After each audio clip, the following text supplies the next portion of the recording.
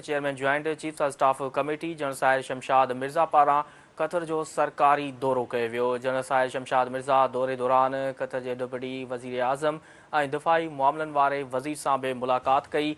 ISPR मूजिबि general Sahir Shamshad Qatari chief of staff lieutenant general Jassim Mohammed Ahmed Al Mannai सां बि मुलाक़ात कई। मुलाक़ात दौरान ख़िते में बदिलजंदड़ सिक्योरिटी सूरताल ते ख़्यालनि जी ॾेवट कई वई।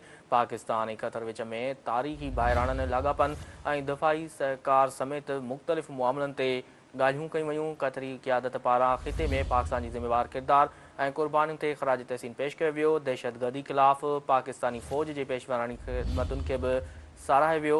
चेयरमैन ज्वाइंट चीफ खे कतर जी हथियारबंद फ़ौज जे हेडक्वार्टर पहुचण ते गार्ड ऑफ ऑनर पेश कयो वियो। अमां खे आगाह करे रहिया आहियूं अहम ख़बर जे हवाले सां त chairman joint chief of staff committee general Sahir Shamshad Mirza पारां कतर जो सरकारी दौरो कयो वियो।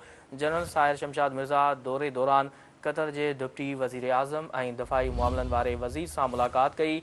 ISPR मूजिबि general Sahir Shamshad Qatari chief of staff lieutenant general Jassim Mohammed Ahmed Al Mannai सां बि मुलाक़ात कई। मुलाक़ात दौरान ख़िते में बदिलजंदड़ सिक्योरिटी सूरताल ते ख़्यालनि जी ॾेवट कई वई।